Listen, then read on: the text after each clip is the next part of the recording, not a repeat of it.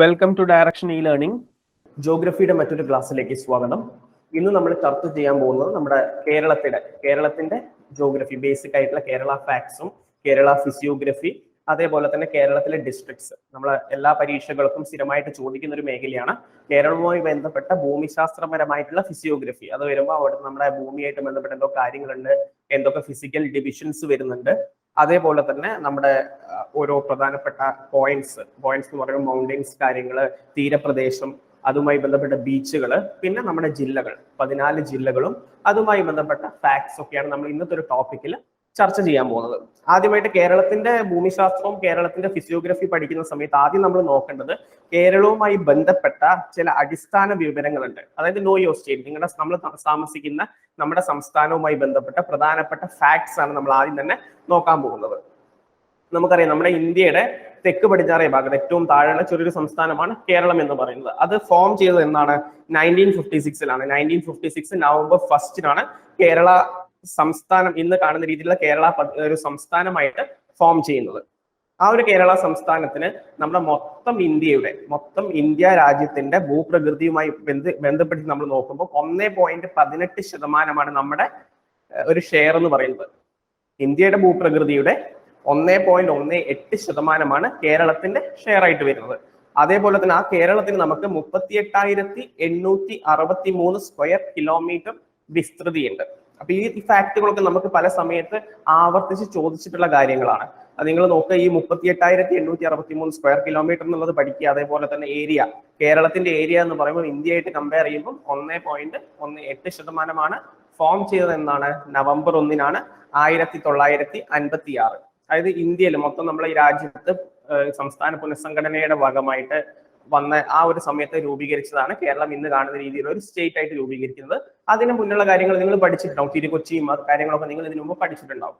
അപ്പൊ അതാണ് നമ്മുടെ ഒരു കേരളത്തിന്റെ ബേസിക് ആയിട്ടുള്ള ഐഡിയ എന്ന് പറയുന്നത്. ജസ്റ്റ് ഫോം ചെയ്ത സമയം, അതേപോലെ തന്നെ ഏരിയയുടെ പെർസെന്റേജ് 1.18. അതിനുശേഷം നമുക്ക് നോക്കാനുള്ളത് കേരളത്തിന്റെ ലാറ്റിറ്റ്യൂഡും ലോഞ്ചിറ്റ്യൂഡിനെയും പറ്റിയാണ്. നമുക്ക് ഒരു മാപ്പ്, നിങ്ങൾക്ക് റൈറ്റ് സൈഡിൽ നിങ്ങൾക്ക് ഒരു മാപ്പ് കാണുന്നുണ്ട്. ഈ മാപ്പ് നിങ്ങൾക്ക് നോക്കിയാൽ ഒരുപാട് വാല്യൂസ് കൊടുത്തായിട്ട് കാണാം. ഫസ്റ്റ് നമ്മൾ എന്താ പഠിക്കുന്നത്? ലാറ്റിറ്റ്യൂഡിനെ കുറിച്ചാണ്. ലാറ്റിറ്റ്യൂഡ് എന്ന് പറയുന്നത് എത്രയാണ്? 8 ഡിഗ്രി. ആദ്യം നിങ്ങൾ ഡിഗ്രി മാത്രം നോക്കുക. 8 ഡിഗ്രി കൊടുത്തിട്ടുണ്ട് north, 8 degree north to 12 degree north. അതാണ് ലാറ്റിറ്റ്യൂഡ്. ലോഞ്ചിറ്റ്യൂഡ് എത്രയാണ് കൊടുത്തത്? 74 degree east, 77 degree east. Basic ആയിട്ട് നിങ്ങൾ ഡിഗ്രീസിന്റെ ആദ്യം നോക്കുക. ലാറ്റിറ്റ്യൂഡ് എന്ന് പറയുമ്പോൾ നമുക്ക് അക്ഷാംശ രേഖയാണ്. നമ്മുടെ ഈ ഒരു മലയാളത്തിലാണ് നിങ്ങളോട് ചോദിക്കുന്നെങ്കിൽ ലാറ്റിറ്റ്യൂഡ് എന്ന് പറയുന്നത് അക്ഷാംശ രേഖയും, ലോഞ്ചിറ്റ്യൂഡ് നിങ്ങളോട് ചോദിക്കുന്നത് മലയാളത്തിലാണെങ്കിൽ രേഖാംശ രേഖയാണ്. അപ്പൊ കേരളത്തിന്റെ എക്സാക്ട് പൊസിഷൻ നോക്കുമ്പോൾ ഫസ്റ്റ് തന്നെ നിങ്ങൾ ലാറ്റിറ്റ്യൂഡിന്റെ ഭാഗത്തേക്ക് നോക്കുക. നമ്മൾ 8 ഡിഗ്രി എന്ന് മാർക്ക് ചെയ്തത് മാപ്പിൽ നിങ്ങൾക്ക് എങ്ങനെ മാർക്ക് ചെയ്യാൻ പറ്റും? ഇവിടെ നിങ്ങൾ കാണുന്നുണ്ട് 9 ഡിഗ്രി എന്ന് കാണുന്നുണ്ട് അല്ലെ? 9 ഡിഗ്രി നിങ്ങൾ താഴെ കാണുന്നുണ്ട്. അതിന്റെ തൊട്ട് താഴെ ഈ ടിപ്പിൽ, ട്രിവാൻഡ്രത്തിന്റെ ടിപ്പിൽ ആ ഒരു ഭാഗമാണ് നമ്മൾ 8 ഡിഗ്രി ആയിട്ട് ഉദ്ദേശിക്കുന്നത്. അപ്പൊ 8 ഡിഗ്രി നോർത്ത് മുതൽ ഏറ്റവും മുകളിൽ നിങ്ങൾ നോർത്ത് കാണുന്നില്ല, ഇവിടെ ഈ ഒരു ഭാഗം നോക്കുക. ഈ ഒരു ടിപ്പിൽ ഇവിടെയാണ് നമുക്ക് എന്ത് വരുന്നത്? 12 ഡിഗ്രി വരുന്നത്. 12 ഡിഗ്രി കറക്റ്റ് വരുന്നത് ഇവിടെയാണ്. അതിനുശേഷം കുറച്ചുകൂടി മുന്നോട്ട് പോകുന്നുണ്ട്. അതാണ് ബാക്കി വരുന്ന 47 and 40 എന്ന് പറയുന്നത്. 8 ഡിഗ്രി ഈ ഒരു 17നെ കൊണ്ട് ഉദ്ദേശിക്കുന്നത് 17 മിനിറ്റ് എന്നും ഈ ഒരു 30നെ കൊണ്ട് ഉദ്ദേശിക്കുന്നത് 30 സെക്കൻഡും എന്നാണ്. അതേപോലെ 12 ഡിഗ്രി കഴിഞ്ഞിട്ട് 47 മിനിറ്റും 40 സെക്കൻഡും. ഇങ്ങനെയാണ് ശരിക്കും നമ്മൾ ലാറ്റിറ്റ്യൂഡ് പറയാം. അപ്പൊ മാപ്പിൽ നിങ്ങൾ മാർക്ക് ചെയ്യാൻ നമ്മൾ ജസ്റ്റ് ഒരു അണ്ടർസ്റ്റാൻഡിങ്ങിന് വേണ്ടി മനസ്സിലാക്കുക എന്നേ ഉള്ളൂ. മാപ്പ് നോക്കിയാൽ നിങ്ങൾക്ക് അറിയാൻ പറ്റും 8 ഡിഗ്രി കഴിഞ്ഞിട്ട് കുറച്ചുകൂടി ആ ഒരു ഏരിയയിലാണ് നമ്മുടെ കേരളത്തിന്റെ ട്രിവാൻഡ്രം ഭാഗം വരുന്നത്. ഏറ്റവും മുകളിൽ 12 ഡിഗ്രി കഴിഞ്ഞിട്ട് കുറച്ചുകൂടി മുന്നോട്ട് പോയിട്ടാണ് നമ്മുടെ ടോപ്പിൽ കാസർഗോഡിന്റെ ഭാഗം വരുന്നത്. ലോഞ്ചിറ്റ്യൂഡും അങ്ങനെ തന്നെയാണ്. ലോഞ്ചിറ്റ്യൂഡ് നമ്മൾ ഫസ്റ്റ് ഏതാ വരുന്നത്? 74 ഡിഗ്രിയാണ് പറയുന്നത്. 74 ഡിഗ്രി പറയുന്ന സമയത്ത് മാപ്പിലേക്ക് നിങ്ങൾ നോക്കുക. കാസർഗോഡിന്റെ ഏറ്റവും മുകളിൽ ഈ ഒരു ഭാഗം, കാസർഗോഡിന്റെ ഈ ഒരു ഭാഗം എന്ന് പറയുന്നത് 75ന്റെ തൊട്ട് മുന്നെയാണ്. അതാണ് 74 ഡിഗ്രി. 74 ഡിഗ്രി കഴിഞ്ഞിട്ട് 27 മിനിറ്റും 40 സെക്കൻഡ്സും വരുന്നുണ്ട്. പിന്നെ അപ് ടു എവിടെയാണ്? 77 ഡിഗ്രി വരെയാണ്. 77 ഡിഗ്രി എന്ന് പറയുന്നത് ഏറ്റവും താഴെ ട്രിവാൻഡ്രത്തിന്റെ ഭാഗത്ത്. അവിടെ നിന്ന് കുറച്ചുകൂടി മുന്നോട്ട് പോകുന്നുണ്ട്. മുന്നോട്ട് പോകുന്നത് എന്താണ്? 27 മിനിറ്റും 12 സെക്കൻഡ്സും. അപ്പൊ ഇതാണ് ബേസിക് ആയിട്ട് നമ്മുടെ കേരളത്തിന്റെ ലാറ്റിറ്റ്യൂഡും ലോഞ്ചിറ്റ്യൂഡും എന്ന് പറയുന്നത്. അപ്പൊ ഇതിൽ നിങ്ങൾ PSC ചോദിക്കുന്ന സമയത്ത് ഈ ഒരു ഭാഗം കംപ്ലീറ്റ് ആയിട്ട് ചോദിച്ചോളണമെന്നില്ല. അതായത് ഈ ഒരു ഭാഗം ചോദിച്ചോളണമെന്നില്ല. നമുക്ക് ബേസിക് ആയിട്ട് നിങ്ങൾ ഈ ഒരു 12 ഡിഗ്രിയും 8 ഡിഗ്രിയും നിർബന്ധമായിട്ട് പഠിക്കുക. അതേപോലെ തന്നെ ലോഞ്ചിറ്റ്യൂഡിന്റെ കേസിൽ 74 ഡിഗ്രിയും 77 ഡിഗ്രി നിങ്ങൾ പഠിക്കുക. ഈ ഒരു മാപ്പും കാര്യങ്ങളും കൊടുത്തത് എന്താണെന്ന് നിങ്ങൾക്ക് ഒരു ഐഡിയ കിട്ടാൻ വേണ്ടിയിട്ടാണ് ഇവിടെ കാണിച്ചിട്ടുള്ളത്. അപ്പൊ കേരളത്തിന്റെ ലാറ്റിറ്റ്യൂഡ് എന്ന് പറയുമ്പോൾ 8 ഡിഗ്രി, പിന്നെ ഈ ഒരു കാര്യം നിങ്ങളുടെ മനസ്സിലുണ്ടാവണം, അപ് ടു 12 ഡിഗ്രി നോർത്ത് ആണ്. ഇത് മാറിപ്പോരുത്. ലാറ്റിറ്റ്യൂഡ് പറയുമ്പോൾ നോർത്തും ലോഞ്ചിറ്റ്യൂഡ് പറയുമ്പോൾ എന്താണ്, ഈസ്റ്റും ആണ് വരുന്നത്. ഇത്രയും കാര്യങ്ങളാണ് നമ്മുടെ ഈ ഒരു കേരളത്തിന്റെ എക്സാക്ട് പൊസിഷൻ ചോദിക്കാൻ. കേരളത്തിന്റെ എക്സാക്ട് പൊസിഷൻ എവിടെയാണെന്ന് നിങ്ങളോട് ചോദിക്കുകയാണെങ്കിൽ നിങ്ങൾക്ക് ഒരു ആൻസർ ആയിട്ട് കൊടുക്കാൻ പറ്റിയതാണ്. ലാറ്റിറ്റ്യൂഡ് എന്താണ് മലയാളത്തിൽ ചോദിക്കുകയാണെങ്കിൽ അക്ഷാംശരേഖ എന്നാണ് ലാറ്റിറ്റ്യൂഡിന് മലയാളത്തിൽ പറയുന്നതെങ്കിൽ ലോഞ്ചിറ്റ്യൂഡിന് എന്താണ് പറയുന്നത്, രേഖാംശ രേഖ എന്നാണ്. രണ്ടും പഠിച്ചു വെക്കുക. കാരണം നമുക്ക് കിട്ടുന്ന ക്വസ്റ്റ്യൻ പേപ്പറിനനുസരിച്ചാണ് ഏത് ലാംഗ്വേജ് ആണെന്ന് വരിക. അപ്പൊ രണ്ടും നിങ്ങൾ പഠിച്ചു വെക്കുക. അപ്പൊ ഇതാണ് കേരളത്തിന്റെ പൊസിഷൻ അല്ലെങ്കിൽ കേരളത്തിന്റെ ലൊക്കേഷൻ എന്ന് പറയുന്നത്. അപ്പൊ ഇതിന് ശേഷം നമുക്ക് നോക്കാനുള്ളത് കേരളത്തിന്റെ കുറച്ച് വാല്യൂസ് ആണ്. അതായത് കേരളം എത്രാം സ്ഥാനത്ത് നിന്നൊക്കെ വരുന്ന രീതിയിലുള്ള കുറച്ച് വാല്യൂസ് ആണ് നമ്മൾ പരിശോധിക്കാൻ പോകുന്നത്. അപ്പൊ ആദ്യം തന്നെ അത്തരത്തിൽ നമുക്ക് അറിയേണ്ടത് കേരളത്തിന്റെ വിസ്തീർണമാണ്. കേരളത്തിന്റെ നമ്മൾ ഏറ്റവും വലിപ്പാടിസ്ഥാനത്തിൽ നോക്കുകയാണെങ്കിൽ കേരളം എത്രാം സ്ഥാനത്താണെന്നാണ് ആദ്യം കൊടുത്തിട്ടുള്ളത്. എത്രാം സ്ഥാനത്താണ് വലിപ്പാടിസ്ഥാനത്തിൽ? വലിപ്പാടിസ്ഥാനത്തിൽ കേരളം എന്ന് പറയുന്നത് 21 സ്ഥാനത്താണ്. 21 സ്ഥാനത്താണ് കേരളം കിടക്കുന്നത്. അപ്പോ 21 കേരളാണെന്ന് നിങ്ങൾ പഠിച്ചിട്ടുണ്ടെങ്കിൽ അടുത്തായിട്ട് നിങ്ങൾ ആലോചിക്കേണ്ടത് 1ാം സ്ഥാനത്ത് ആരാണെന്ന്. 1ാം സ്ഥാനത്ത് വലിപ്പത്തിന്റെ കാര്യത്തിൽ ആരാണ്?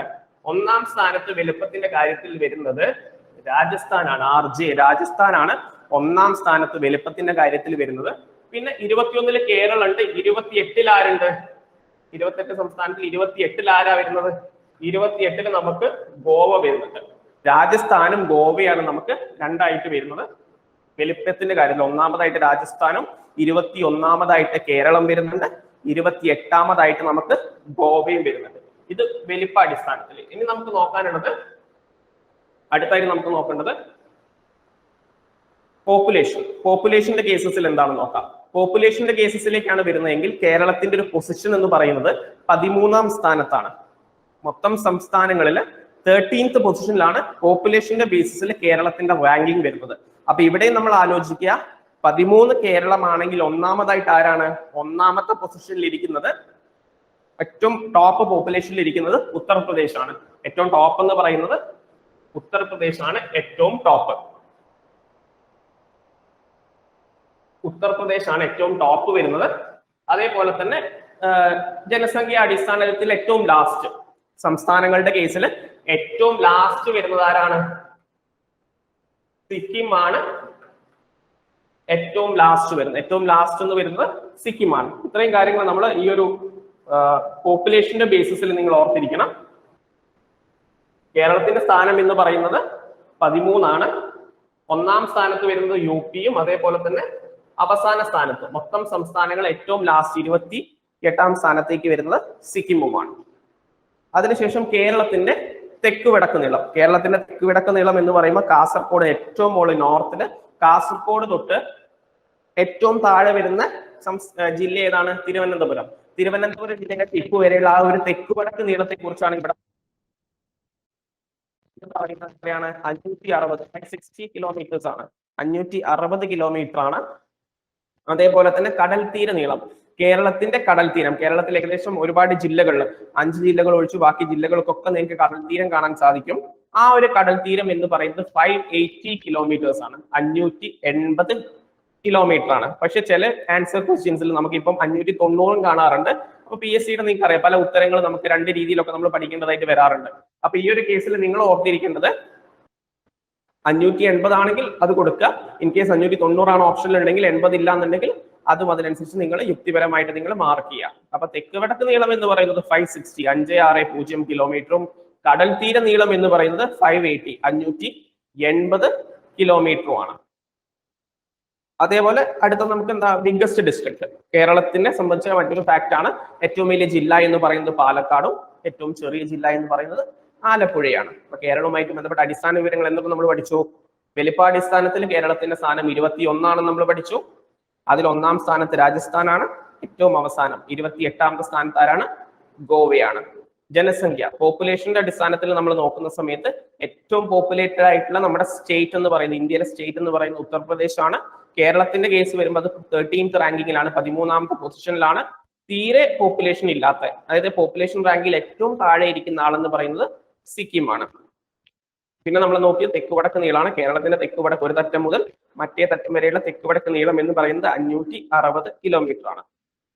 കടൽ തീരം 580 അല്ലെ 590 കൊടുക്കുക. വലിയ ഡിസ്ട്രിക്ട് പാലക്കാടും ചെറിയ ഡിസ്ട്രിക്ട് എന്ന് പറയുന്നത് ആലപ്പുഴയാണ്. അപ്പൊ ഇത്തരത്തിൽ കൂടുതൽ ഉപകാരപ്രദമായ വീഡിയോസ് ലഭിക്കാൻ വേണ്ടി ഡയറക്ഷൻ ഇ ലേണിംഗ് എന്ന് പറയുന്ന ചാനൽ നിങ്ങൾക്ക് സബ്സ്ക്രൈബ് ചെയ്യാം. ഡയറക്ഷൻ ഇ ലേണിംഗ് പ്ലാറ്റ്ഫോമുമായി ബന്ധപ്പെട്ട വിവരങ്ങൾ അറിയാൻ വേണ്ടി ഡിസ്ക്രിപ്ഷൻ ലിങ്കുകൾ നിങ്ങൾക്ക് പരിശോധിക്കാം. മറ്റൊരു വീഡിയോയുമായി വീണ്ടും കാണാം. താങ്ക്